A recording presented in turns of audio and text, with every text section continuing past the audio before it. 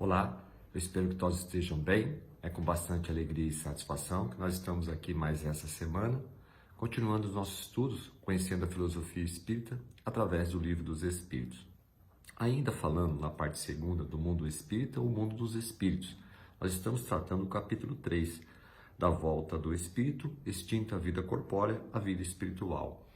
Hoje, na questão número 162, Kardec faz uma pergunta aos espíritos que foi a seguinte: após a decapitação, por exemplo, conserva o homem por alguns instantes a consciência de si mesmo, se referindo, quando existe ali a morte violenta? Os espíritos respondem o seguinte: não raro a conserva durante alguns minutos, até que a vida orgânica se tenha extinguido completamente.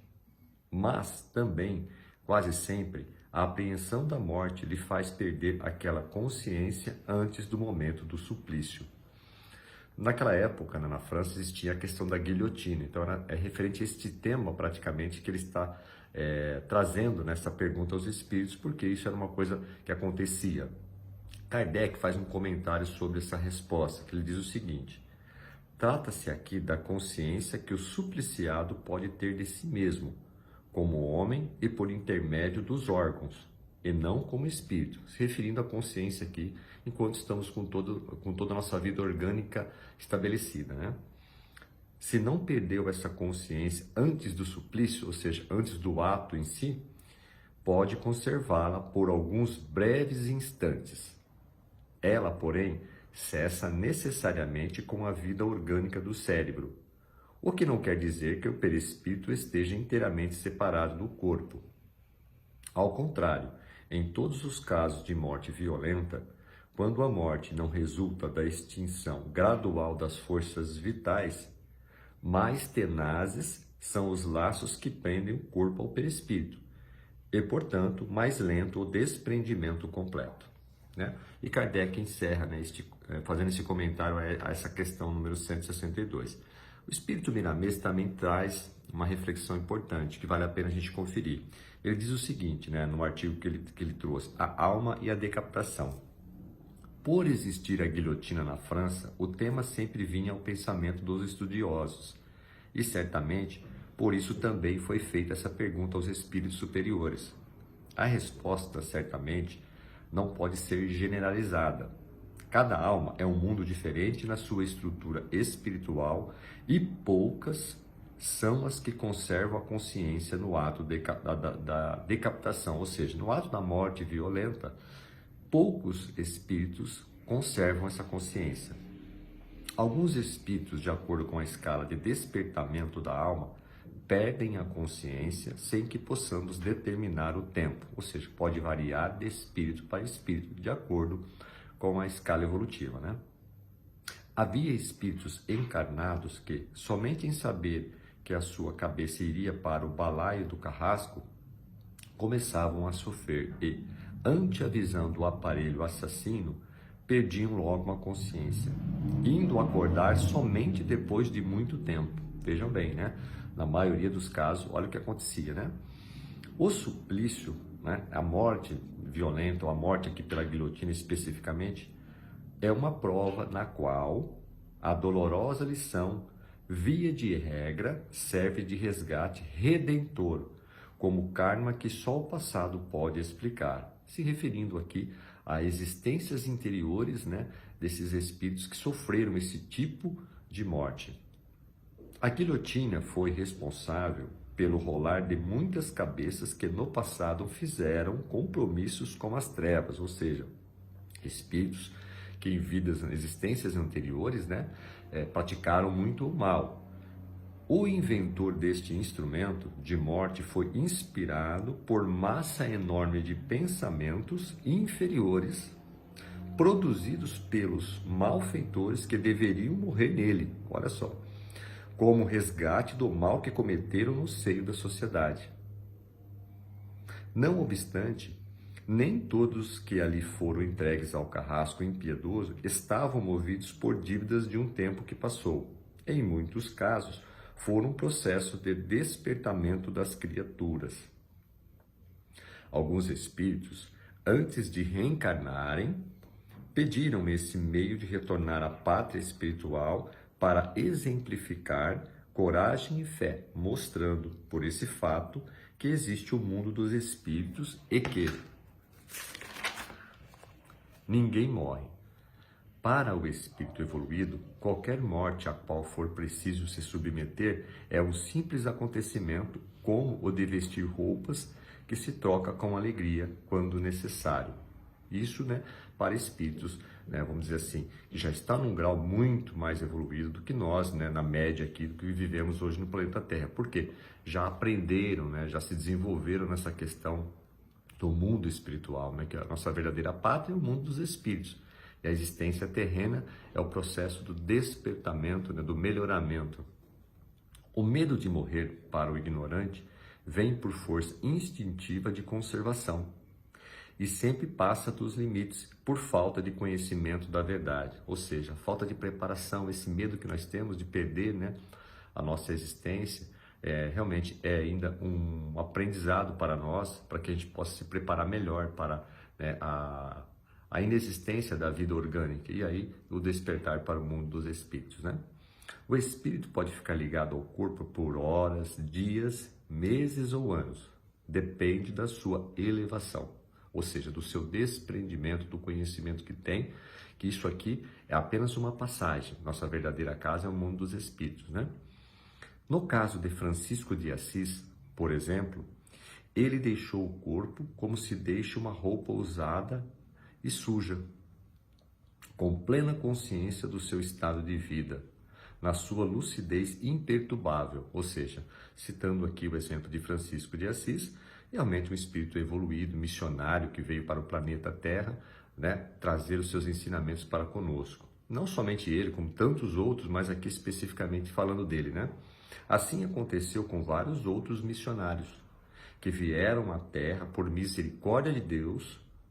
Morrer para eles, na linguagem humana, é viver, não lhes preocupando com a forma.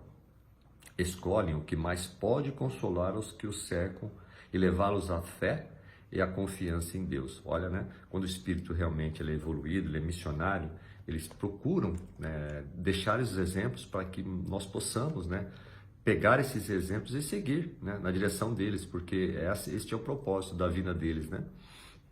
Jesus submeteu-se aos braços da cruz para mostrar à humanidade que ela deve suportar todos os problemas da vida, que a dor desabrocha nos corações muitos poderes e que as portas do céu se abrem pela dor bem compreendida, se referindo quando nós temos consciência porque estamos sofrendo, porque todo sofrimento, todo momento de dificuldade traz para nós ensinamentos para o nosso desenvolvimento, nossa evolução.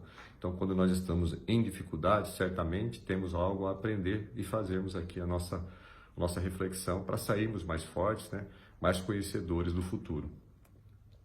Para cumprir sua promessa, ele voltou, provando que a morte não existe. A missão do Espiritismo é essa também.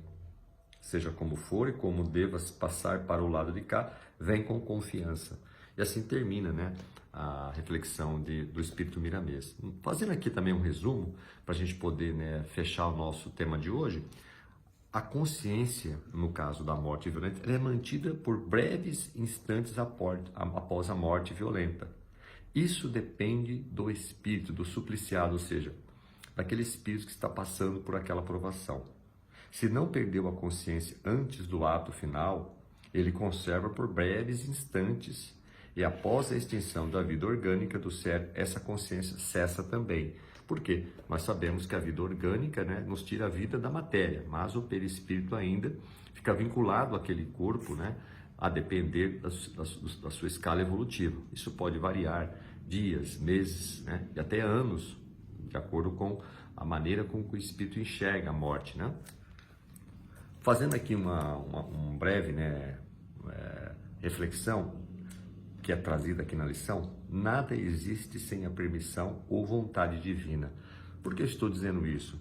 Nada que é para o nosso bem não seria permitido, ou seja, não seria pensado ou imaginado pela providência divina. De alguma maneira, as coisas que acontecem por até mesmo nós não ainda compreendê-las, mas tudo acontece, né, em nossa existência com a permissão e com a vontade divina. Então, se algo está acontecendo, com certeza já foi previamente pensado, permitido, até mesmo, né, elaborado pela providência divina. Muitas vezes, o livre-arbítrio, né, que nós temos o livre-arbítrio, é um processo de desenvolvimento. Então, também isso temos que colocar em conta. Não queríamos ter feito aquilo, ou não queríamos que tal pessoa fizesse aquilo, ou deixasse de fazer, mas existe o livre-arbítrio, que é, né, de certa forma, um espaço que a providência divina nos deu para nós trabalharmos, exercitarmos o nosso poder de escolha, né? Então, esse é o primeiro ponto. Outro ponto, o medo de morrer é a falta de conhecimento, de preparação para o mundo dos espíritos. E é um papel nosso da doutrina espírita, né, como estamos fazendo aqui, trazer esses pontos, esses ensinamentos para que possamos ter uma partida, uma transição mais equilibrada, não despertar no mundo dos espíritos mais ajustado. Tá? Isso é importante, porque toda vez que sentimos medo de algo, com certeza é porque não conhecemos. Então, o que nós temos que fazer? Nos aprofundar sobre o tema, seja esse tema específico ou qualquer outro tema. E aí, com certeza, teremos um pouco mais de consciência do que vem pela frente, né? Para o espírito evoluído, na linguagem humana, morrer para eles é viver, ou seja, não se preocupando com a forma. O espírito que está evoluído, né, como foi citado aqui, espíritos missionários que vêm para o planeta Terra para nos trazer os seus exemplos, para eles o que mais importa é a forma que eles vão deixar o exemplo, porque eles sabem que isso vai impactar e vai mudar o rumo das coisas ou a percepção que nós temos sobre determinados assuntos e nos ajudar. Então, isso é importante. As portas do céu se abrem pela dor bem compreendida. Significa o quê? Que quando nós estamos passando por uma provação, com certeza uma grande dificuldade, quando nós procuramos pensar por que estamos passando por aquilo, né, sem ter aquele comportamento de rebeldia, isso nos ajuda muito. E quando nós voltarmos ao mundo dos espíritos, com certeza parte das nossas tarefas, né, parte ali da nossa dívida foi cumprida, né, foi resgatada, desde que seja bem compreendida. E por final, somos espíritos vivendo uma experiência na vida material. Ou, seja neste mundo, qualquer outro mundo, nós somos espíritos. Enquanto estamos encarnados, né, ocupamos aqui um corpo, mas com certeza, quando cessar a vida orgânica, retornaremos ao mundo do espírito, ao mundo dos espíritos. E este é o ponto importante. Como voltaremos, né? Como retornaremos? Retornaremos melhores, né? Mais assim esclarecidos. Então, nós devemos aproveitar a nossa existência, pensarmos sobre esses temas, né? E nos desenvolvendo moralmente e intelectualmente, né? Que são as duas asas do amor e do conhecimento, para que nós possamos buscar, né, sempre a evolução plena, ok? Eu agradeço mais uma vez o tempo e até a próxima semana, se Deus quiser.